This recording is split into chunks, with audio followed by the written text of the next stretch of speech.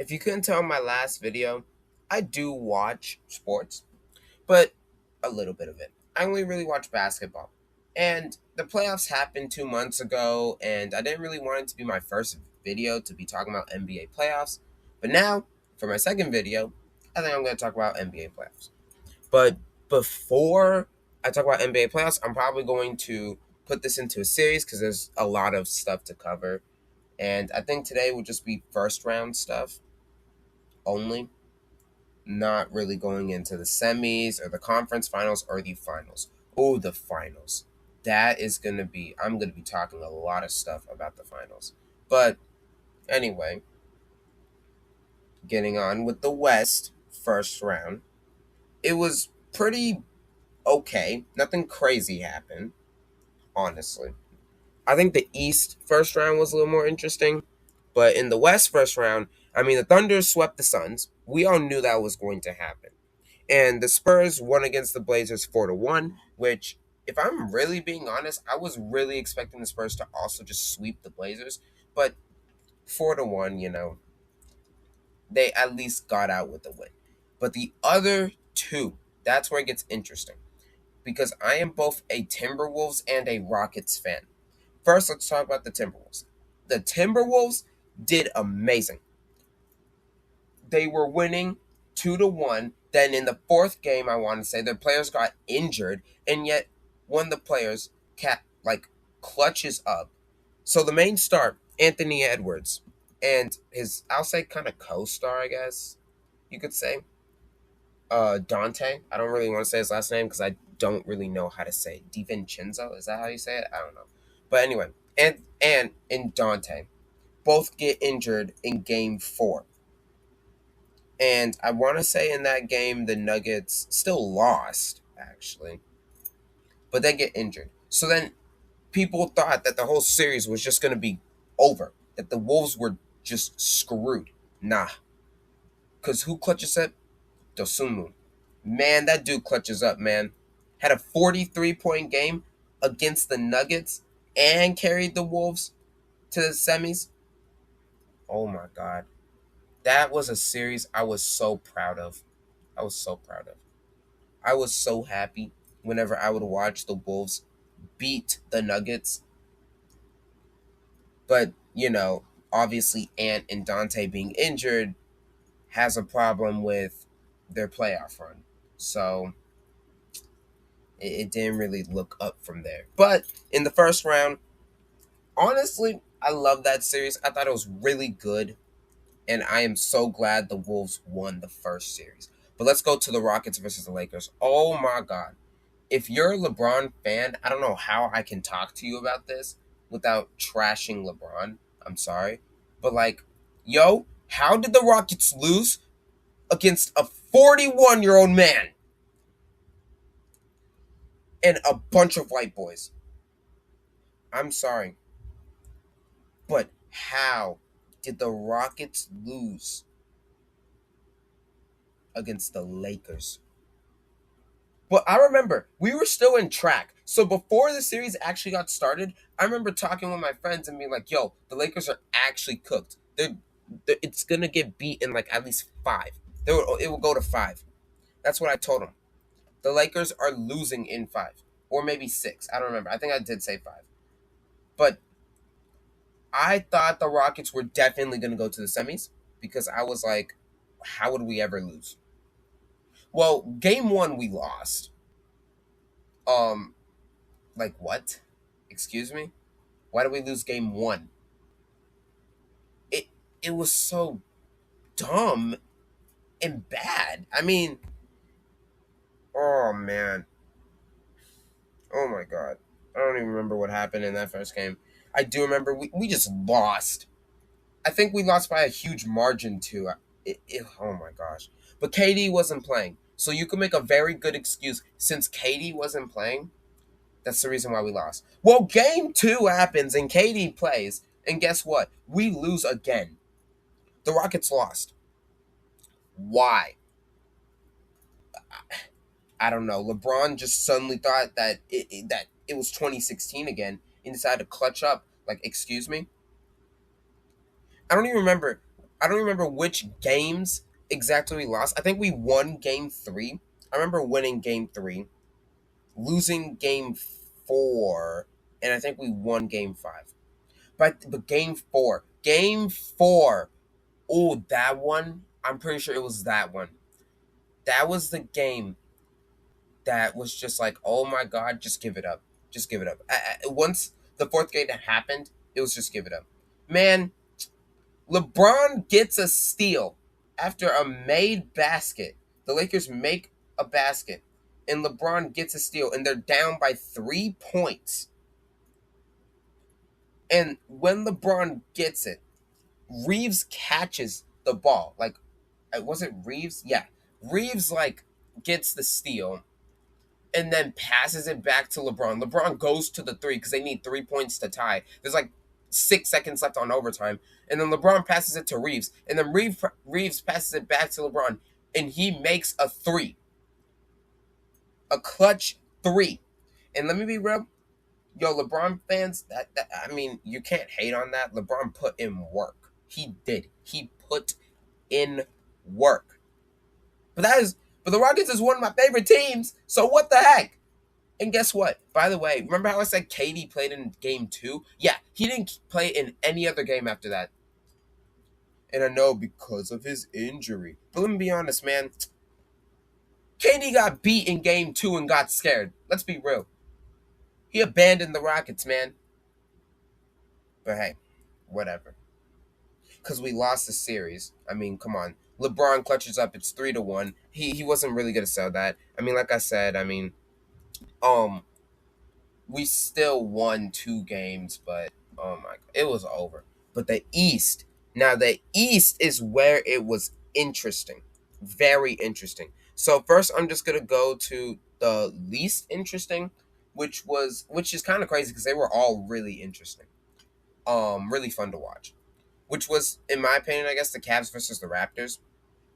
Even though it did go to 7, the first game Harden, Mobley, and D Mitch play like actual superstars. Like they were they were acting like they were them.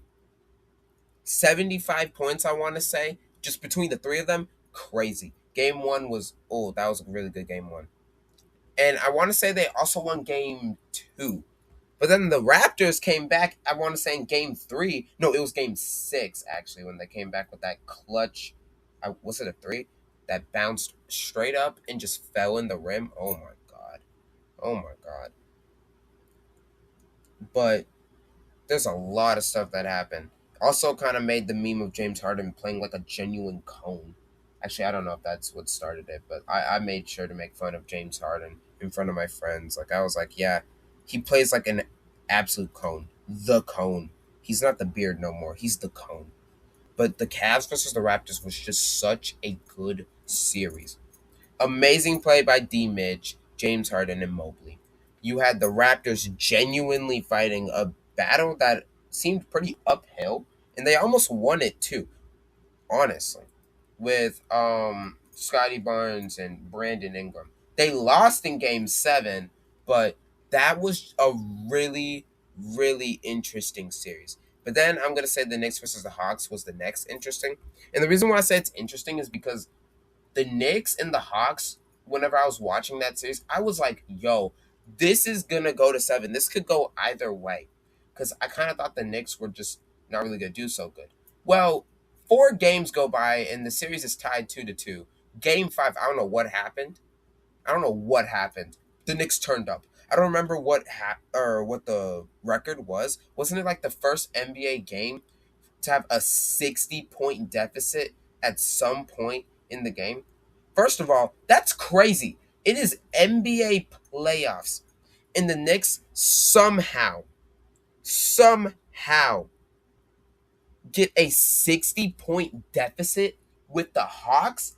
They smoked the Hawks in game 5. And then game 6, I'm pretty sure everyone was just like, yeah, well, the Knicks are just going to win because, like, bro, 60-point deficit, that's crazy, man. That is crazy, man. That's that's diabolical. The Knicks turned up. And I think that turn up went on to something great with the Knicks because they weren't going to stop at the Hawks. But then the next interesting series that I say, in my opinion, was the Pistons versus the Magic. And it's a real debate with me for which one's a little bit more interesting between the Celtics and the Sixers and the Pistons versus the Magic. But then I'm going to say the Pistons versus the Magic was less interesting because it kind of just felt like the Pistons were kind of like the big brother and allowed the Magic to win 3 games just for them to come back with 3 games. Only for the Pistons to get beat by the Cavs, but it's fine. But that was also a really interesting series. I don't remember who got a poster. I don't remember who it was, but there was a really good poster in that series. And like I said, I mean, the Pistons were losing at 1.3 to 1, which I was like, yo, if the Magic actually make the semis, an 8 seed making the semis over a 1 seed, that would be crazy. That would be so cool too. Only for them to sell the next 3 games. Man, this is 2016 all over again with the Warriors and the Cavs, isn't it? But yo, honestly, I did not want the Pistons to win. I think the Magic should have won, and I think I can kind of stand on that because like it would have just been so much better if an 8 seed, the underdog, made the semis. I don't even care if they lost. I mean, an 8 seed, that would have been so cool. But the most interesting series had to be the Sixers versus the Celtics because they play. I'm pretty sure the Celtics and the Sixers play very often in the playoffs. But that was just, oh man, that was a good series too. Because I want to say the Celtics were the Celtics not winning like 3-1 at one point. They were, and everyone thought the Celtics were going to win because they were the 2 seed. The Sixers were the 7 seed.